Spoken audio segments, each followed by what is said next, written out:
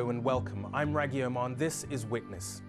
In the 1960s, Diana Ross famously sang, "You can't hurry love." But in the 21st century, with its ever-increasing pace of life, it sometimes seems that there's hardly any time for love. And when love does finally blossom, wedding celebrations around the world, no matter what the culture, seem united in their aesthetic choices. The bride must wear white with a bouquet of flowers, the groom a dark suit and tie, and confetti should be in plentiful supply. But it's more than Western marital fashions that the rest of the world is importing. As economic change and globalization affects more and more countries, another Western habit is spreading: the capitalist dream. Even in China, the People's Republic has been bitten by the capitalist bug, and the rat race has spilled over into the most unlikely spheres, like passion. Romance Chinese Style is a whimsical film by first-time director Maggie Gu, who takes a wry look at love. Online dating, blind dates, double dates, dating tutors, but above all, speed dating are all the rage, proving that in China at least, love can be hurried.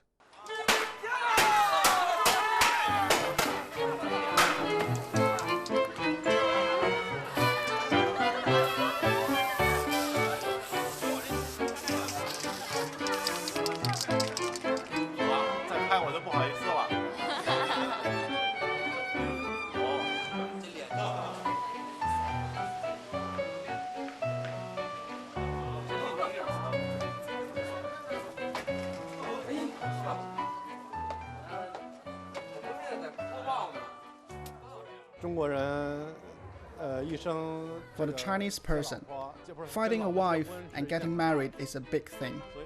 I feel very emotional and terribly nervous. I couldn't sleep last night.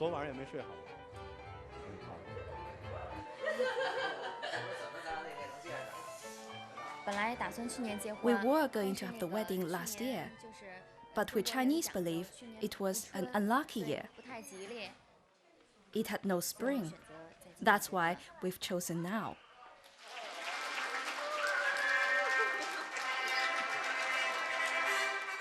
As the Chinese saying goes, where there is love, there is a way. But for some, it's not all plain sailing.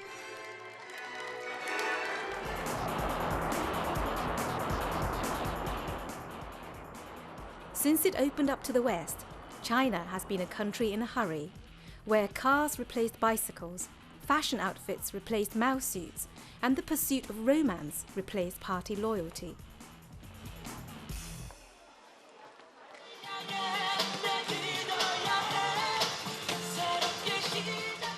In the new China, the idea of romantic love is changing fast.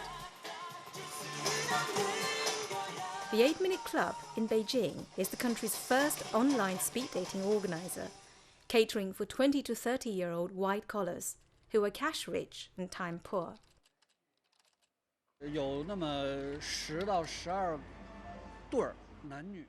You have 10 to 12 pairs. All the girls stay where they are, and the guys have a list of numbers. You go and talk to each girl by their number and chat for 8 minutes. The bell rings when the time is up, and you move to the next person.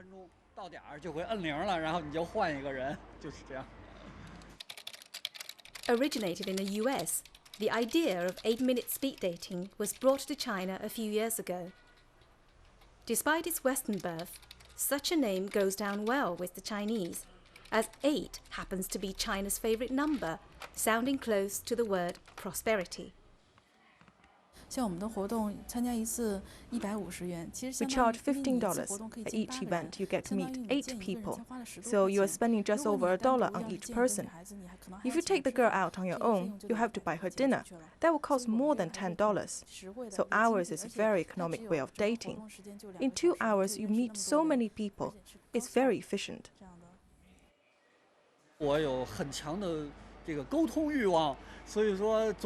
I have a great need to communicate with others.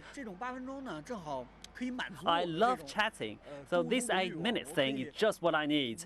I get to meet more than 10 different girls at a time, and I can show off the best of me. When they all choose me, it feels great.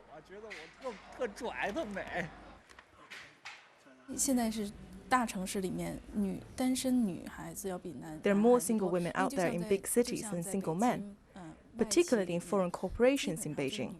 I've heard people say that those girls cry in their rooms because they can't find a partner. They're too busy and under too much pressure. They don't have time to go out. Where are the men? I think they must be farming in the countryside.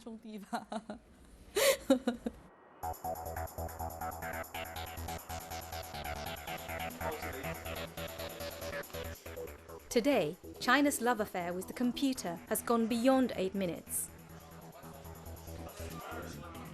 As the world's second largest internet nation, online chatting and mobile phone texting are popular ways for strangers to meet and fall in love. Digital love.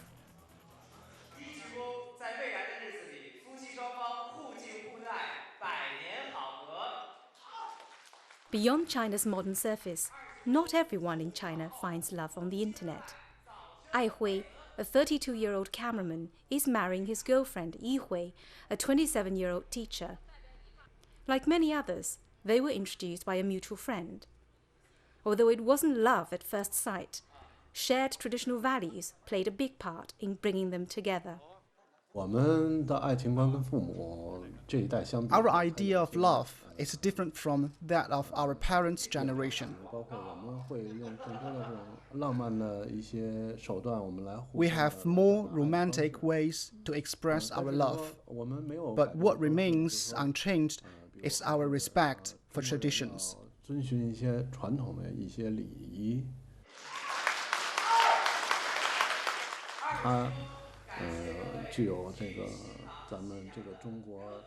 She possesses the traditional virtue of a Chinese woman.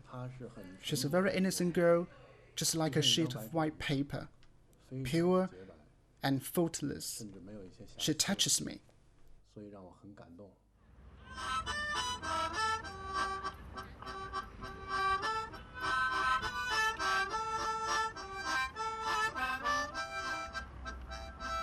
While for some, romance blossoms naturally, for others, true love is an art which needs to be taught and learnt by all Chinese. Du Shengxiang, a 40-year-old ex-salesman, sees himself as China's first teacher of love. He has just opened a new training center in Beijing, where he runs weekly classes on the theory of romance. Before that, he had sold a long list of products. Iron and steel, software, garments, and training. So many. Now I'm selling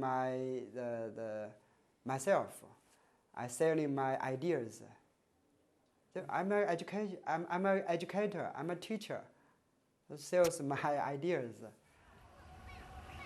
To Du Shengxiang, known as Teacher Du, China's new social problems mean a new business opportunity. The economy growing fast brings about a lot of change in our life, including love. But Chinese people don't get, are not getting preparation for that change. First, they don't know what deep feeling is. Then, they don't know how to express. A man is afraid of expressing their love to a lady. They think, oh, if I must have a lot of money, I should have a PhD degree, I should have a housing, big housing, apartment, then I can express my love.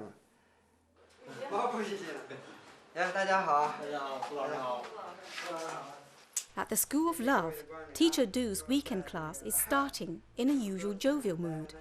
He loves cracking jokes, but making serious points at the same time. This is The Art of Loving by Eric Fromm. I want you to learn. E. Fromm. This is from America. You go and read up. Jinan, next time you should talk to a girl about this. Say to her, I've been learning the art of love. If you think the idea is absurd, then let me tell you what love is. You bombard her with theories until she feels dizzy. Then she'll fall for you, instead of going out with a fool who's got a house and a car. She wants to be with someone who truly understands love. Du's students are young and bright, but they find it difficult to express their emotions freely. Is love simply a feeling? For example, if I have feelings for a boy who's not a good character, who I know I shouldn't fall for, is this love?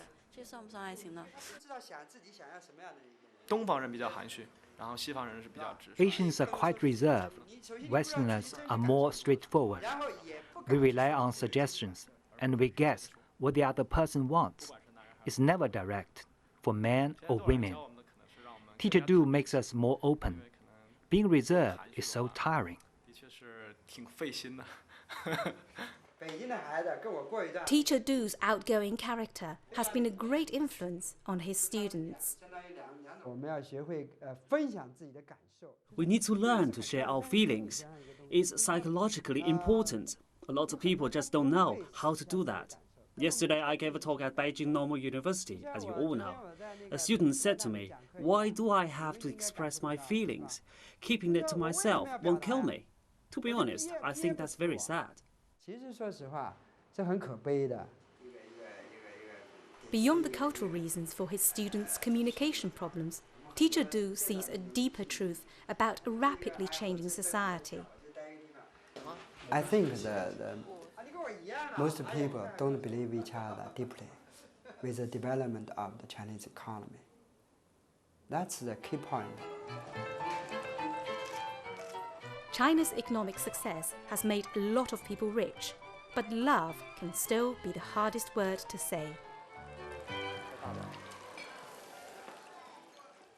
After the break, we'll hear some more sage advice from that master of amour, that doyen of desire, Teacher Wu. Join us.